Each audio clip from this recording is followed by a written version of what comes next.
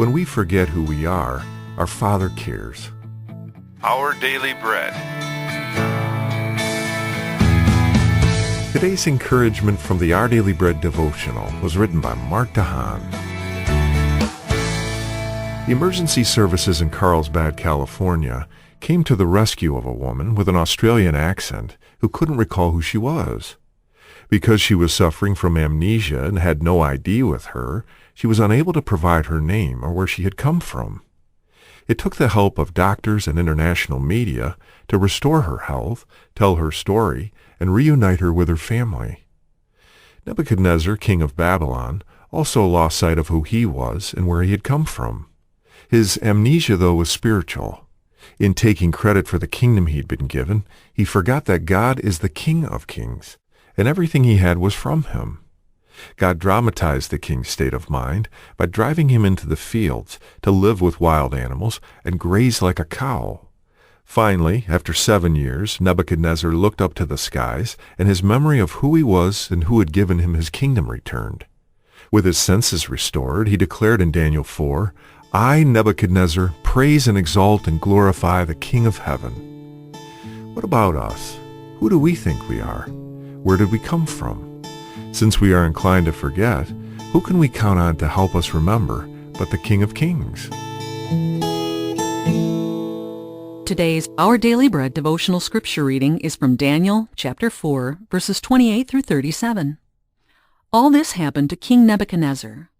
12 months later, as the king was walking on the roof of the royal palace of Babylon, he said, "Is not this the great Babylon I have built as the royal residence, by my mighty power and for the glory of my majesty?" Even as the words were on his lips, a voice came from heaven. "This is what is decreed for you, King Nebuchadnezzar. Your royal authority has been taken from you.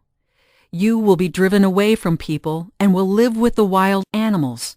You will eat grass like the ox. 7 times will pass by for you until you acknowledge that the Most High is sovereign over all kingdoms on earth and gives them to anyone he wishes." Immediately, what had been said about Nebuchadnezzar was fulfilled. He was driven away from people and ate grass like the ox. His body was drenched with the dew of heaven until his hair grew like the feathers of an eagle and his nails like the claws of a bird.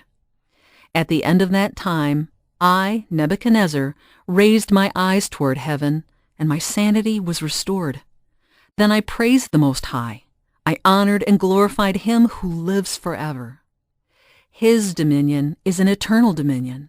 His kingdom endures from generation to generation. All the peoples of the earth are regarded as nothing. He does as he pleases with the powers of heaven and the peoples of the earth. No one can hold back his hand or say to him, "What have you done?" At the same time that my sanity was restored, my honor and splendor were returned to me for the glory of my kingdom. My advisers and nobles sought me out, and I was restored to my throne and became even greater than before. Now I, Nebuchadnezzar, praise and exalt and glorify the King of heaven, because everything he does is right, and all his ways are just, and those who walk in pride, he is able to humble. That's today's scripture reading from Daniel chapter 4, verses 28 through 37. Let's pray. Dear Heavenly Father, we're so inclined to forget who we are, where we've come from, and that we belong to you. Help us to remember that in Christ we are your children, known, loved, gifted, and cared for, now and forever. In Jesus' name we pray.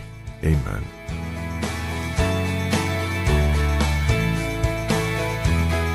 Today's encouragement was provided by Our Daily Bread Ministries.